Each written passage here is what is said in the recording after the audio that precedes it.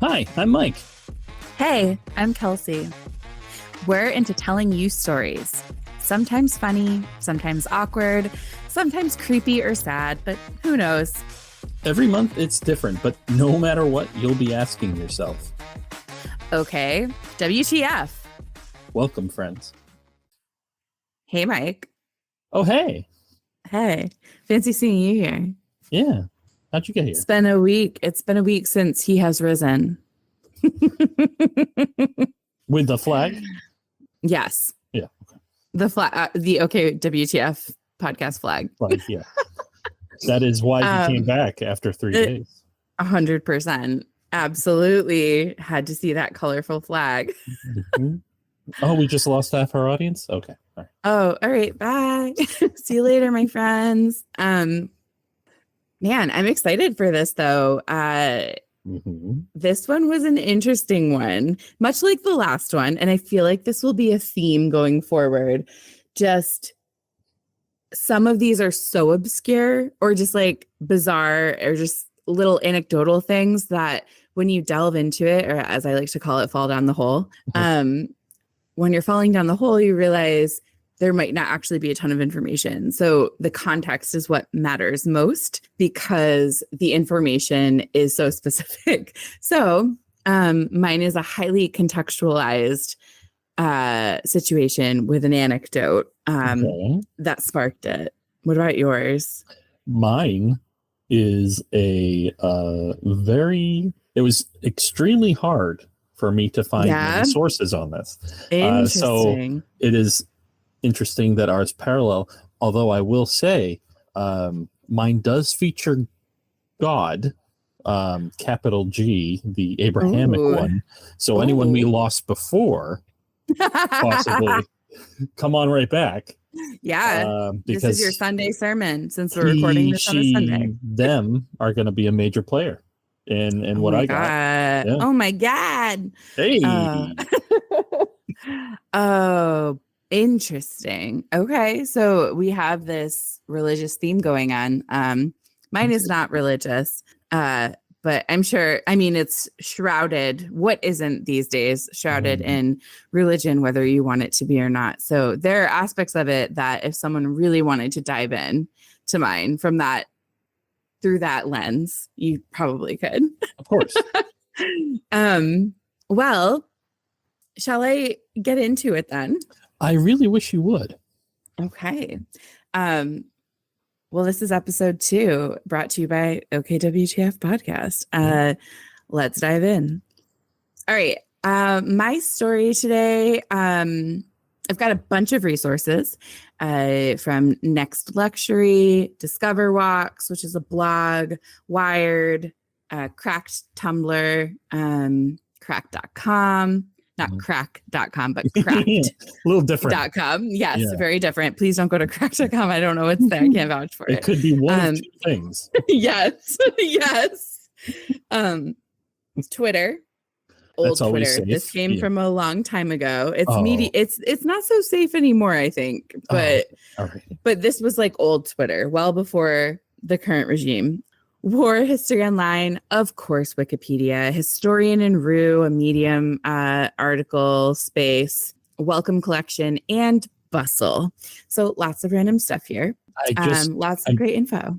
I'm sorry to interrupt. Yeah. I just happened to glance at the last one, the last few words at the end. Which National Condom Day? I cannot wait. Is there a flag for that? Maybe we need to sneak some special imagery into the OKWTF flag. I'll do some research and post at it. Yeah. Sounds perfect to me. And it comes up here. Find it. It could be like a Where's Waldo. It's a Where's the Condom? Or like, I guess, I don't know. Can you find, I'm trying to think of like a C, like contrive the condom. I don't know. Anyway. I will not check crack.com for it, though. Yes, you will not find it on crack.com. Hmm. I will give a trigger warning that my story includes war conversations, a brief conversation about suicide, toxic masculinity, and some sexual chatter. So, maybe then we've just received all those God people back, but they might now be on their way out. Return in like 15 to 20 minutes. That's when Mike goes on with his Sunday sermon. So in the meantime, just a trigger warning for those here. What's interesting about this story is that I actually didn't choose it because of current events of today, 2023, but more so based on this like idea of the hook, if you will. And also because I'm not so good at the logistics of history, and I just really like to kind of, again, fall down holes. It's like my doom scroll, where I just find really weird things on the internet, and then I obsessively research it to death. And so I will say that I had to relearn about what the Cold War even was, or what it entailed, and then realized, oh my God, are we in Cold War II? Or like, did it actually ever end? So, then I had that moment where I was like, oh my God. I didn't really love learning about history in school. I'm not going to lie. It was just like super decontextualized for me. It didn't really, there were lots of parallels, of course, but as a child, it was especially decontextualized for me. And so, in honor of the importance of representation, it was also focused on super old white men. And, despite there being just like so much more happening in history that just never seemed to make it into any collective school textbooks. Thanks, Texas. The same is still, of course, true today. But I guess one of the benefits of social media is that you get to find out about rogue aspects of different historical events and then choose what's interesting about them or what you didn't learn about to learn more. So anyway, I'm sad to say that this story is still about old white men, but it's kind of hilarious in some ways. And also partially like, here's another, example of toxic masculinity, but it also a little bit about its repercussions on mental health. So yeah. So if you want an intense and educational information episode about the Cold War, this is not it for you.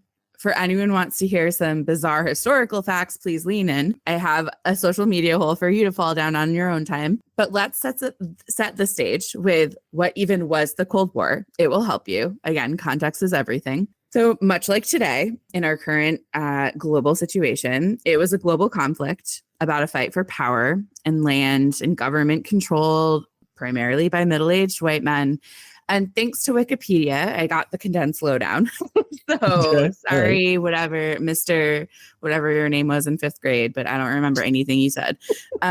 This war was wicked long, like 44 plus years long. And again, I'm honestly going to say that I'm not convinced that it ever ended. But if it ever truly did, we are definitely in like Cold War II. But many people refer to it as the post-World War II era too. So it was documented to have started really around March of 1947. And it maintained in several different iterations of itself over those 44 years until the end of 1991. And I actually was like, I was alive and like living my best toddler life at that time. So I had no clue, not a clue. So I was alive during the end of the Cold War. So were you. So weird. I remember it on the news, actually. Oh my gosh. Isn't that bizarre? I don't remember any of it. I was just like shitting my pants and eating Cheerios. So and that's what privilege is. So it was a war, if you haven't gathered now, between the East and the West, meaning at the helm of the East was Russia, backed by pro-communist authoritarian nations. And at the helm of the West was the U.S., backed by what we now know as quote unquote pro-democratic NATO nations. If you don't know what NATO is, NATO, it's an alliance of countries across Europe and North America, also known as the North Atlantic Treaty Organization. Still relevant today. So obviously, as we're talking toxic masculinity, right? Power hungry people and a deep desire to be important was at the heart of this war. Similar. So many parallels. I can't even stop thinking about it. I was like obsessing about it when I was writing this. But after World War II, US president at the time, Harry Truman, he was super pissed at Russia, wicked pissed, particularly in relation to like the nuclear conversation, the nuclear weapons conversation, and the way in which totalitarian regimes appeared to be on the rise. So he ultimately funded and created what was called the Truman Doctrine, which was really dedicated to disparaging communist governments and authoritarian and totalitarian natures of those governments through propaganda, et cetera. But it wasn't just that.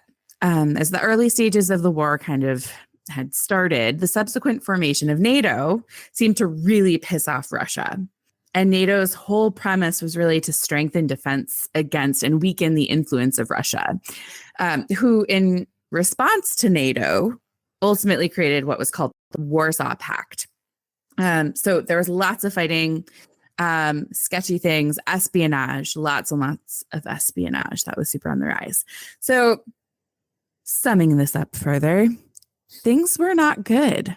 And if I'm being honest, I really think things are still not good. It's just been bubbling below the surface. And in many ways above, I think we've seen as the resurgence of the same bullshit, history repeating itself with Russia's invasion of Ukraine. It's just wild. It's just history is repeating itself in cycles, never broken. It's like this sick, cyclical continuum. So now that we're grounded, we all are on the same playing field here.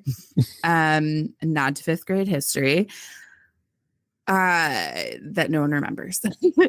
While I was definitely not taught about Frank Wisner, he was one of the first U.S. CIA agents and one of the founders of the CIA. Really, Frank's story is kind of a sad one. But I'm going to try to find some light in what I learned about him.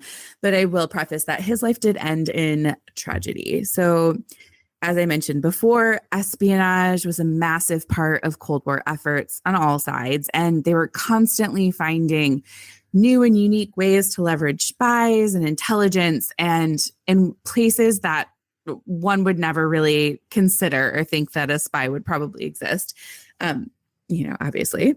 So during the Cold War, one of Frank's main schemes was guerrilla warfare in European areas under Russia's control, primarily by leveraging Nazi collaborators.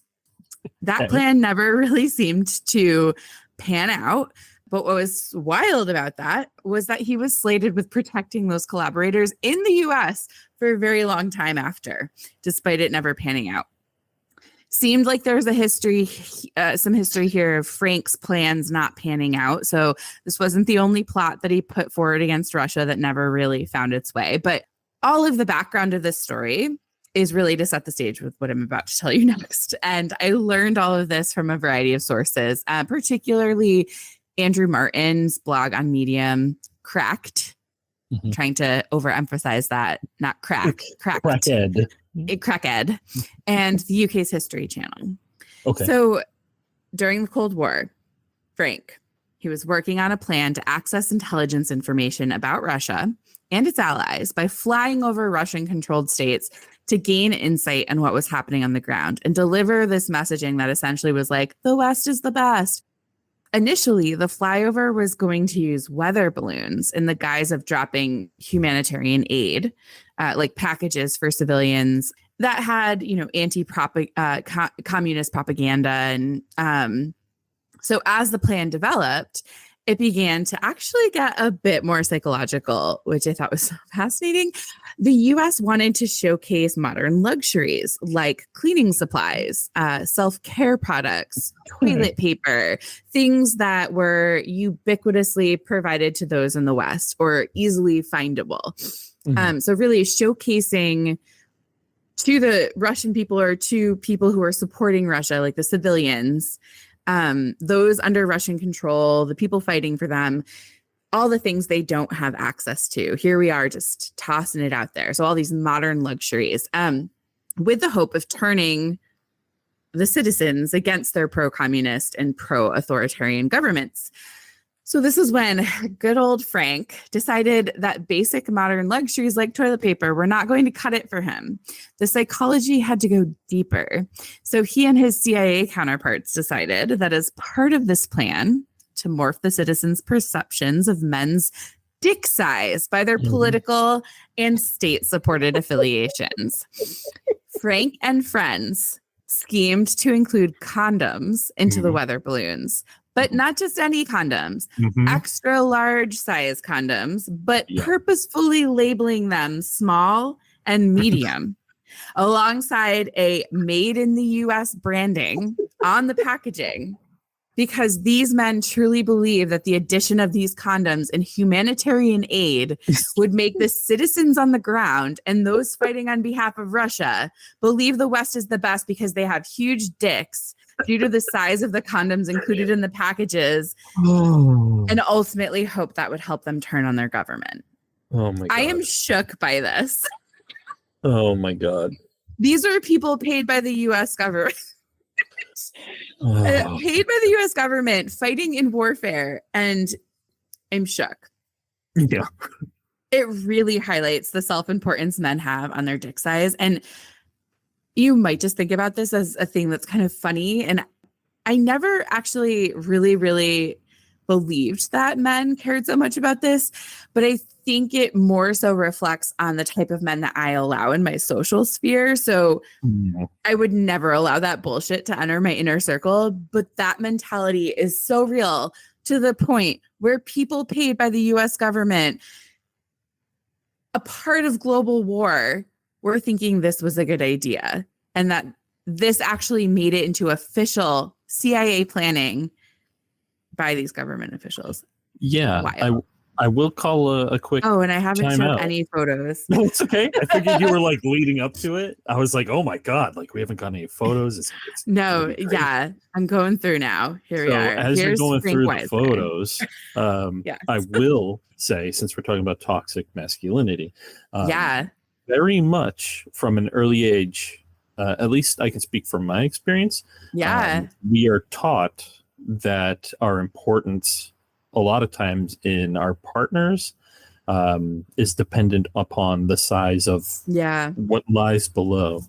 So wild. Thankfully, I do not fall into that trap. But it is very much, I think, still a thing.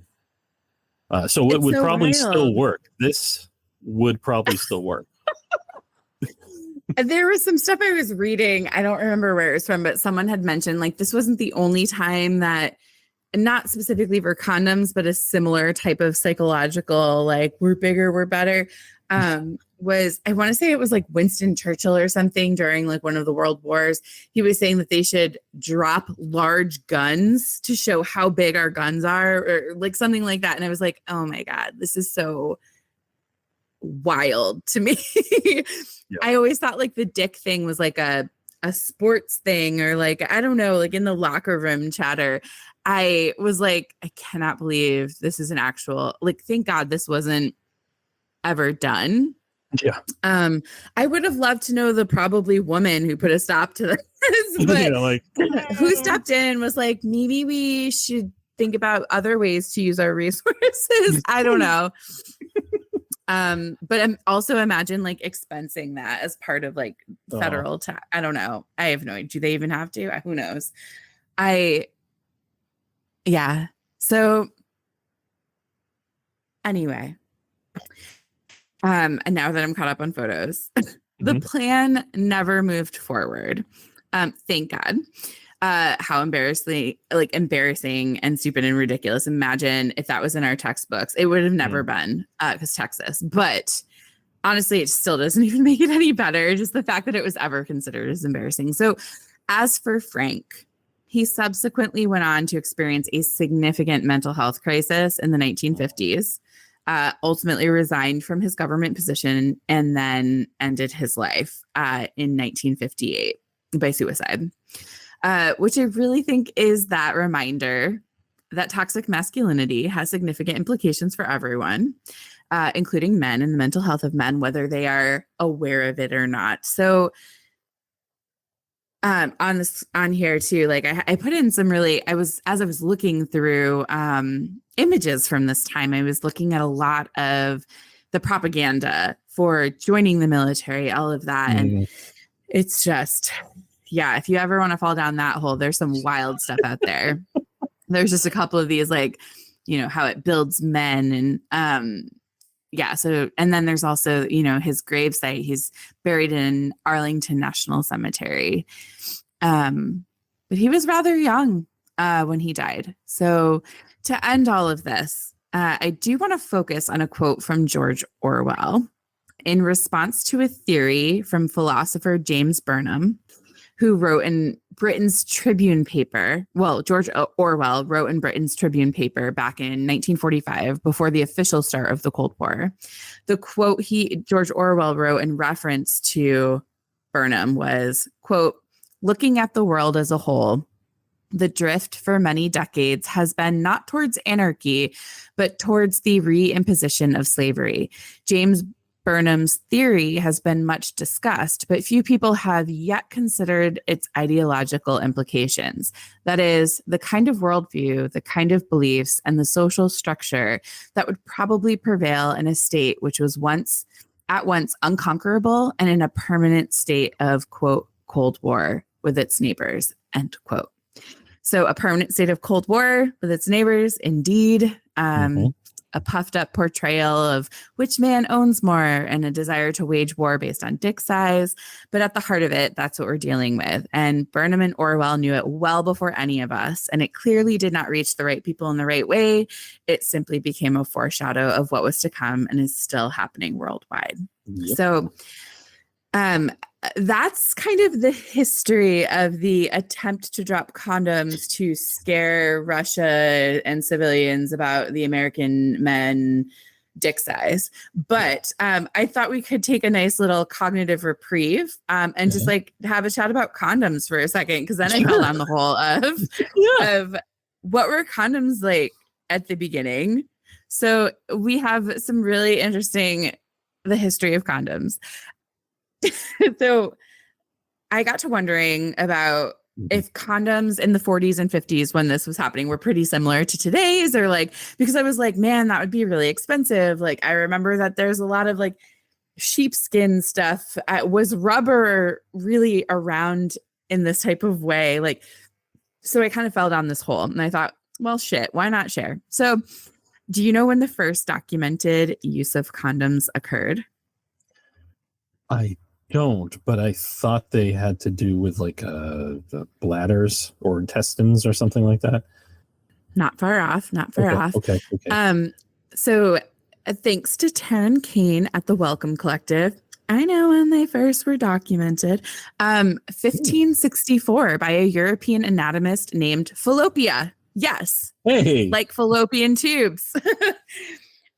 He named those. So yeah, on the screen, I've got like 1700s, just some examples from between the 1400s and 1700s. You were right, like often made out of intestines or bladders. Prior to that, there were some really, well, I'll get into it. So initially also, STIs they were really made to prevent STIs and STDs. So sexually transmitted infections and diseases, a modern medical miracle. However, good old church stepped in during the 17th century because they loved their propagation and freaked out about the use of condoms because of pregnancy preventative, but also the condoms were often used by sex workers and those engaging in what they deemed to be immoral activities. So, of course, they could not give one shit about the prevention of disease that was ravaging many people during that time because, surprise, the church doesn't really care about anyone.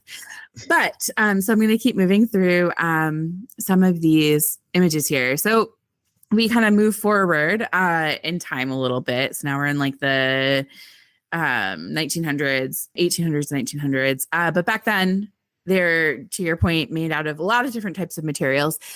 Some were actually made out of tortoise shell or oiled paper, linen, and of course, animal skin. I guess they would like if they were made out of like linen, they would dip the linen in water first. Which I thought was so interesting. Yeah. Yeah. Okay. Yeah.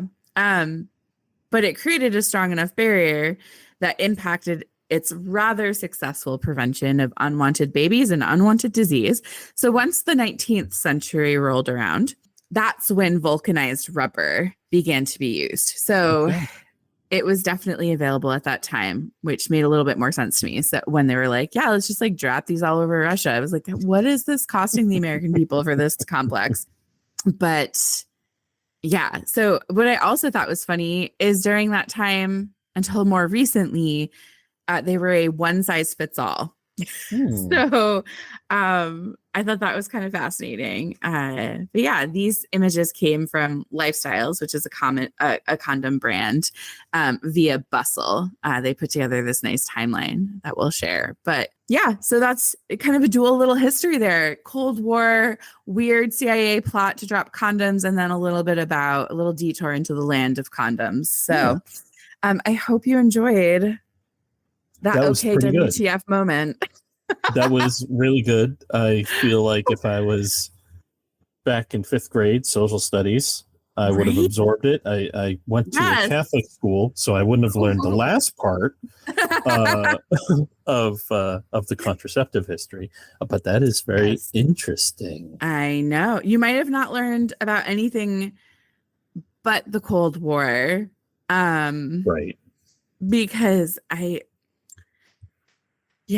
would have been amazing if in your Catholic school, though, they were like, by the way, he was the devil and blah, blah, blah. Yeah, I don't know.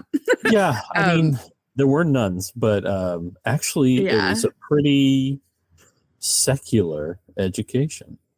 Fascinating. Mm-hmm. So maybe you would have learned about condom plots. That might have been too far. Yeah. Okay. That's fair. That's fair. Well, thanks for falling down that hole with me. Yeah, it was amazing. I'm so glad that you enjoyed it. It was a big okay WTF the second I saw it. Yeah, totally.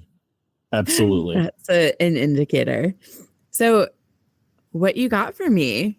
Okay. What I got for you is a story that I had heard about a few years ago. I'd say maybe like 5 or 6 years ago. And it is this really weird occurrence in Gloucester, Massachusetts. And I heard about it once.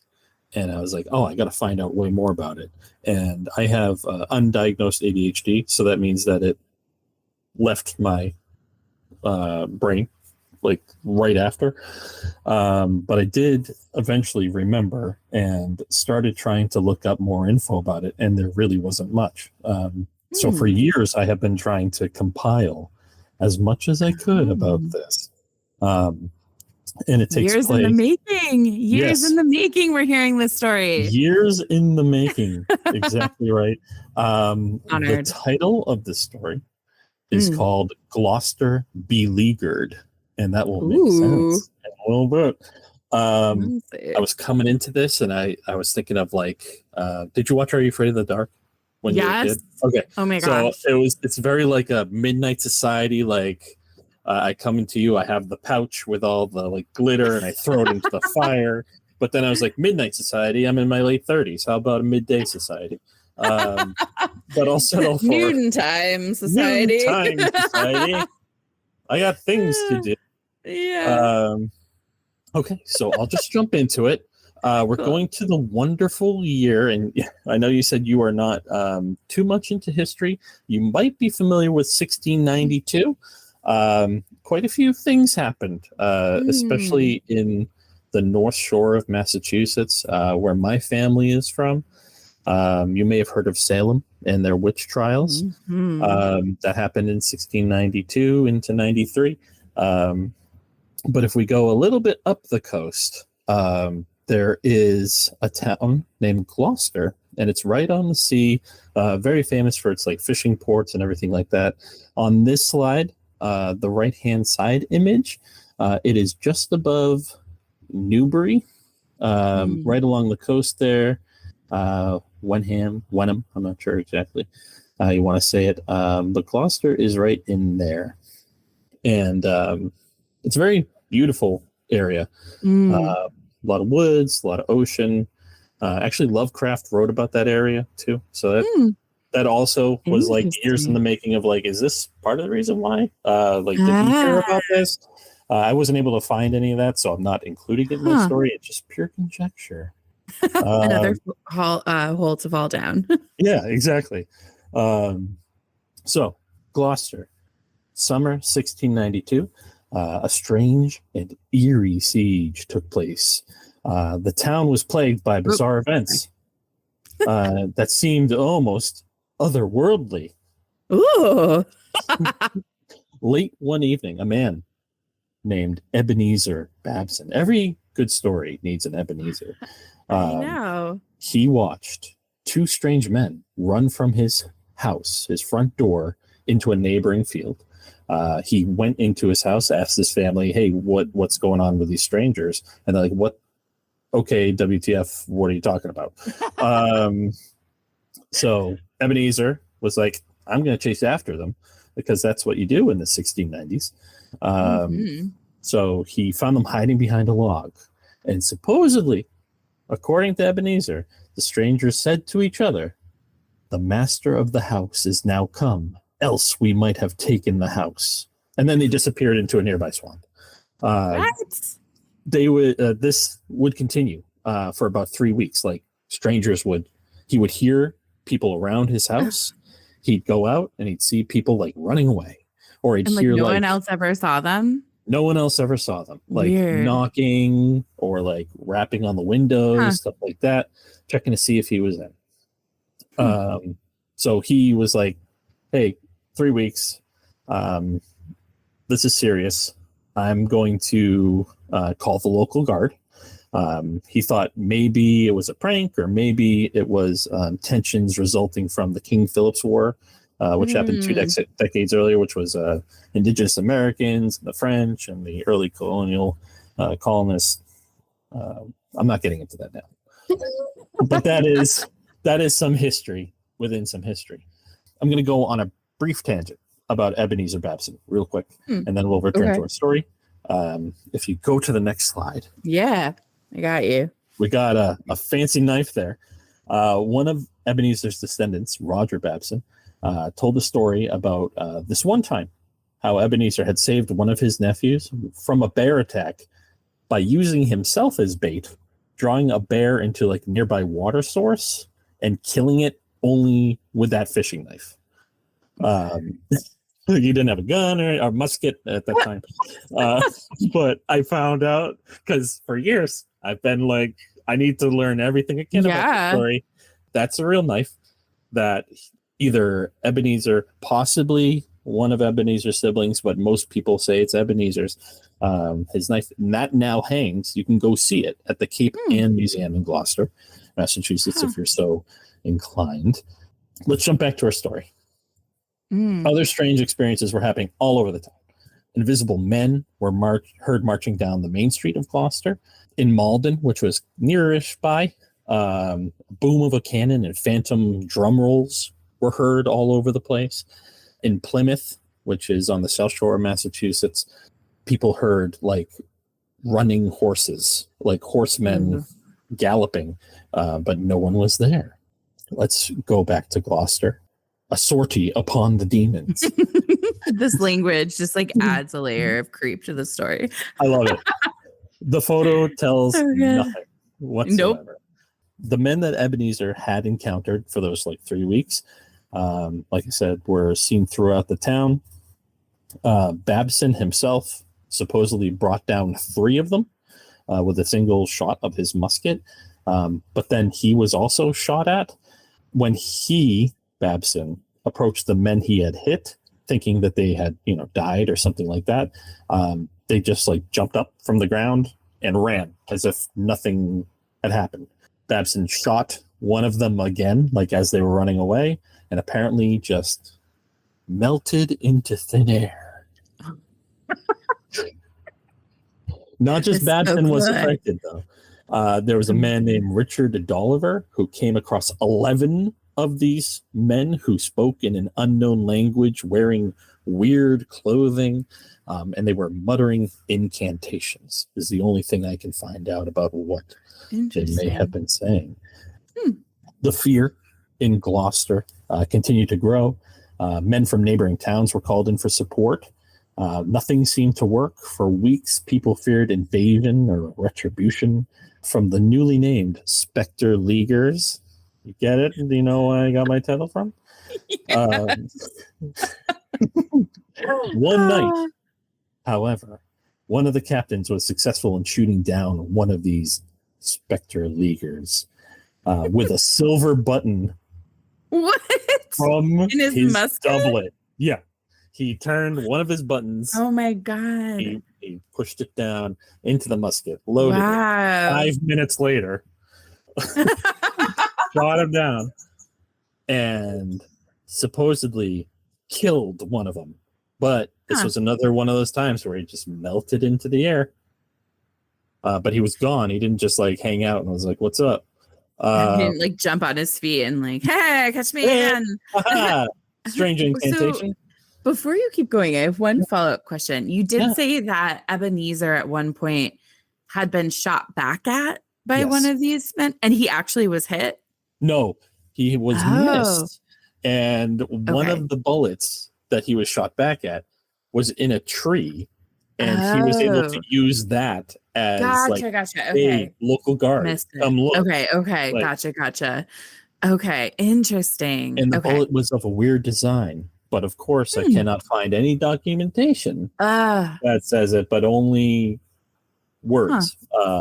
So there was no prints made. There was nothing like that. So later that same night that the captain shot someone with a silver bullet made out of a button, a cry was heard signaling that the devil's army was once again poised for attack. And here's where God comes in. You ready? Okay, bring it. Okay. And a prayer was uttered amongst the units for their protection. But as soon as the name of God was whispered, the sounds of marching were replaced with howls before they too faded away. The Leaguers were never seen again. So popular was this story that the poet John Greenleaf Whittier even wrote about it. If you go to the next slide, we should see the wonderful visage of Whittier and a selection. The poem is called The Garrison of Cape Ann. I'm going to read a small selection of that. To the men who went before us, all the unseen powers seem near, and their steadfast strength of courage stuck its roots in holy fear. Every hand forsook the musket, every head was bowed and bare, every stout knee pressed the flagstones as the captain led in prayer. Ceased thereat the mystic marching of the spectres round the wall, but a sound abhorred, unearthly, smote the ears and hearts of all. Howls of rage and shrieks of anguish. Never a mortal man saw the ghostly Leaguers marching round the blockhouse of Cape Ann. Creepy. Okay. The area where this all happened, the farm where Ebenezer lived, you can actually go there. If you head over to what is now Rockport, Massachusetts, because it was kind of all conglomerated, a lot of towns and cities were back in that day, there is a state park called Halibut Point State Park. Apparently, it's a very lovely place filled with tidal pools, trails, great for picnics. And on clear days, you can even see some of the smaller main islands. So there's no like house structure or anything standing today? Not that I'm aware of. Interesting. But what I'm interested in, if we have any Cape Ann people listening, if they've ever heard this story, because I have asked people that I know that live in Gloucester and have lived there their entire lives, and they look at me like, what the hell are you talking about? Sounds like you need to make an IRL trip to Cape Ann to do some on-the-ground interviewing, Mike. Well, so this made me start thinking, and I don't know if this is going to be part of the podcast episode or not, but it would be so cool if like we went to the places, or right? we got submissions from audience members, from people like, Yes. Sussy Ann, or That's like my cousin. yeah, Yeah. that's my cousin, or Yeah. they found like a box of unused condoms that say medium and Yes. small, and they're like, this were never Made in used. USA. They're like red, white, and blue. Oh my gosh. You know what? Yeah. There's got to be something in the Smithsonian like museums about there this. has to be. And just like the fact that it wasn't that long ago, like I'm 100% sure he has living relatives. So Yeah, of course. they've got something. Yeah. All right. So Stories. if anyone knows about these condoms or the specter leaders, I want to hear about it. If you've been to this state park, I'm sure it's beautiful. I want to see pictures. Maybe I'll their go. house And structure. Yeah. We'll go for walking on the trail, see if we can find a bullet hole. See, that would be interesting. Yeah. I'd really just want to like walk around the streets of Cape Ann being like, y'all ever heard of this? Tell me about this. Your great aunt at home, she ready for an interview? Like, I mean, who's willing to talk? If you want to just wander around, Cape Ann is beautiful. I highly recommend it to anyone, especially like Rockport. If you're into art or anything like that, it's very, very, very nice. I'll finish my story. Oh, sorry. Yes. No, you're good. I love the tangents. I'm happy to answer any questions. This, I get into more like a philosophical. Ooh. And the events in Gloucester are interesting to me in that they appeared just before the height of the Salem witch trials. I'm thinking maybe it's representative of a wider culture of like anxiety and horror, unlike what we have today. At the supernatural in the later part of the 17th century. These events were part of a weird trend of mysterious happenings that took place leading up to the witch trial.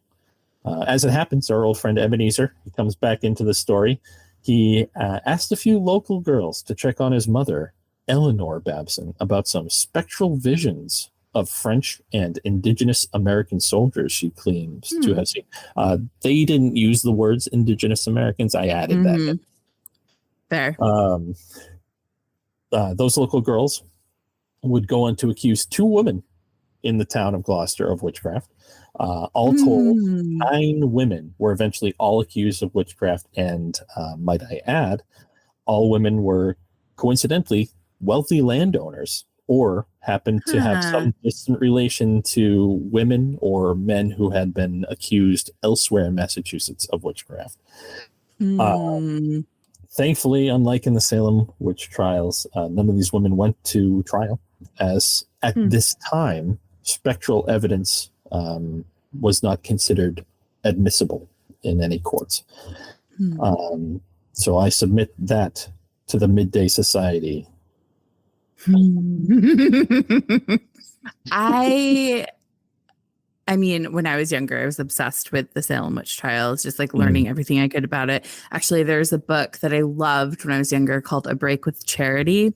It was so good. So this stuff is just fascinating to me, but I also feel like our stories have parallels in that I feel as though, and this is me not having any more context than what you've provided, not having done a fall down the hole with this, but the parallel being propaganda. Like it almost makes me feel like there was some nice religious propaganda, like, oh, you're scared of that stuff? Well, you don't have to be, because we've got the fear of God to, save us and, wield us from these, whatever they are. And so I wonder if that was used in anything else as like come love God, like we swear it's cool. Yeah, I just feel like religious propaganda is so intense.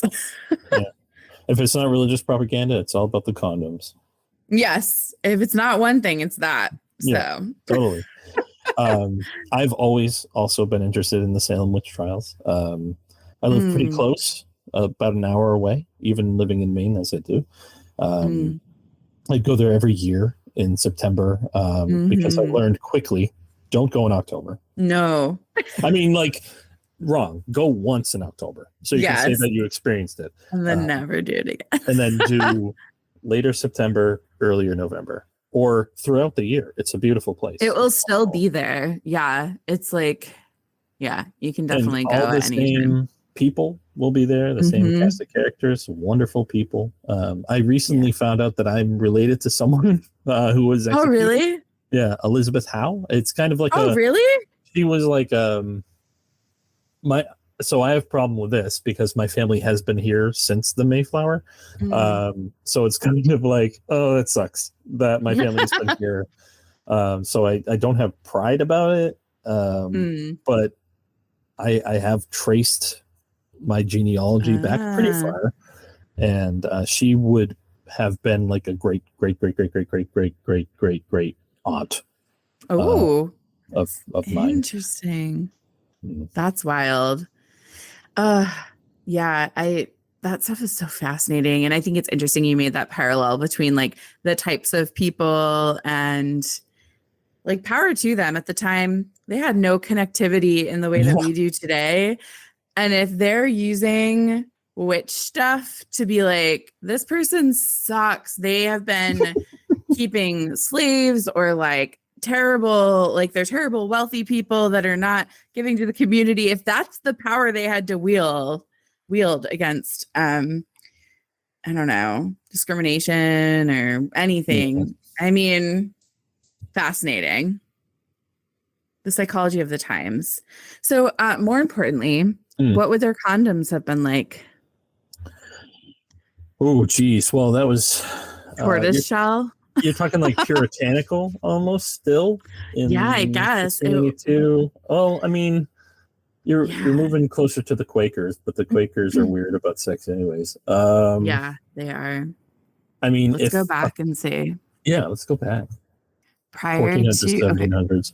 But that would be like European, maybe. I feel like if a woman was found with a condom, or like treating STDs, that would probably be a reason why they were labeled a witch, because they were healers. Because you're right. This was more like European, and then there was a mention of China having condoms that were tortoise shell. So I think it was more so like Eastern condoms and European condoms. So the thing that is, there are so many WTF moments about your story. But the thing that I think I will fall down a rabbit hole about is I'm going to be Googling tortoise shell condoms. Like, right? What do they look like? Was it okay? Like for all parties? Animal horn? I'm just reading now. That can't be good, right? Yeah, no. That can't be, for anybody. Yeah, like for I'm picturing anybody. like a rhino horn. Like, yeah, right. No way. One size fits all. It's really fascinating. And actually, to add on to this, condoms didn't really become available to like everybody until much later. Like more in that, like when rubber came around, because they were so expensive. So a lot of the people who had access to condoms were typically of like a wealthier class status. Which I also thought was interesting. But it was so interesting. I mean, it makes sense because so many people that seek out sex work are often of a certain status or class or what have you. And I don't think it was any different then. So it makes sense that those men at the time would have had condoms available when engaging in sex acts with sex workers. Right. All of it's just fascinating. Well, the nobility would have probably had access to them, like you mentioned, and used them with any sex workers or mistresses or paramours. Yes. Yeah. So Unlike today, where the wealthy and the not wealthy share everything in like kind and quantity. Yes. So fair. So fair. We live in a just Star Trek like utopia. One day. If only. One day. Yeah. We can be hopeful. Mm-hmm. Otherwise, though, I've answered my own question. The people in your story probably did not have condoms available. I would assume not. Usually, what would happen would be abortion medication. It wasn't called that at the time, but certain plants that we still grow today for like ornamental or medicinal or just because they look nice in our garden. Yeah. They all have uses and different things, and some of them would be used to help stop anything that they didn't want. Interesting. It's a wild world. So, Mike. Hi. Hey, my friend. Oh, hey. Oh, hey. Who gets the OKWTF award? Man, I think it might be you. I don't know. Mine has been like, it's a weird one. It's It is. It's obscure. It's a Scooby-Doo mystery. Scooby-Doo. And I do love Scooby-Doo, but I am still like, my brain will not stop trying to parse what a tortoiseshell condom looks like. It is a big OKWTF right there. That's a big one. I mean, I'm not saying like the whole toxic masculinity and patriarchy problems that still are here today. Like, I agree with you. I don't think the war ended when the wall came down in 91. I think it's still a continuation. So that very much to me is an okay WTF. Like, yeah. Wow. Why? The biggest question of all of them, right? Why? Yeah. A big why. Mm. And I suppose that we will be letting our listeners ponder that question. Why? Until the next episode, a month from now. In a month. Here's my thing. Here's my call out. Yeah. My call to action, right? Audience members, if you have been to a museum or you know of a museum where there is a tortoise shell or animal horn condom, we're going to need that to our socials. And perhaps maybe we should remind people where they might be able to send submissions or find us online. I think what a good place would be our website, www.okwtfpodcast.com. We also have an email for submissions, Kelsey, if you wouldn't mind. Yeah. hello@wtfpodcast.com. Perfect. I mean, the one thing that I hope is museum is great. If you have a secondhand account, like a diary that your great uncle wrote about his tortoiseshell condom in China in whatever time period, that would be great. I don't want to say firsthand account, though. I'm curious because I'm really hoping no one's out there with a tortoiseshell condom. But if you are, for some reason, I hope it's synthetic. Because that's not good. But I kind of still want to know. Yeah, there is also that problem. Yes. So yeah, great call to action, Mike. I love that for us. Hey, thanks. It's like we're professionals or something. The other, I mean, I just have to add one other thing. If you are from Cape Ann, and you have heard of this, you need to let us know immediately. If you have a living relative that has oral history passed down generation after generation on Cape Ann, we will gladly take a trip to come and chat with you as a sub episode to this one, a response, if you will. Wow. Yeah. So I guess we're gonna have to target Cape Ann for listenership because that sounds fun. Okay. Perfect. Can someone get on our SEO, please, for that? Mike. Yes, Kelsey. As always, it is such a pleasure having these OKWTF moments with you. yeah, I can't wait for the next one. It's going to be good. No matter what happens, I can't wait to hear what your next one's going to be. I can't wait to see the holes that you... Amazing. The rabbit holes that you go down. I love falling down a good hole. Ask my husband. He's always there watching me scrolling, and he's always like, what are we getting into now?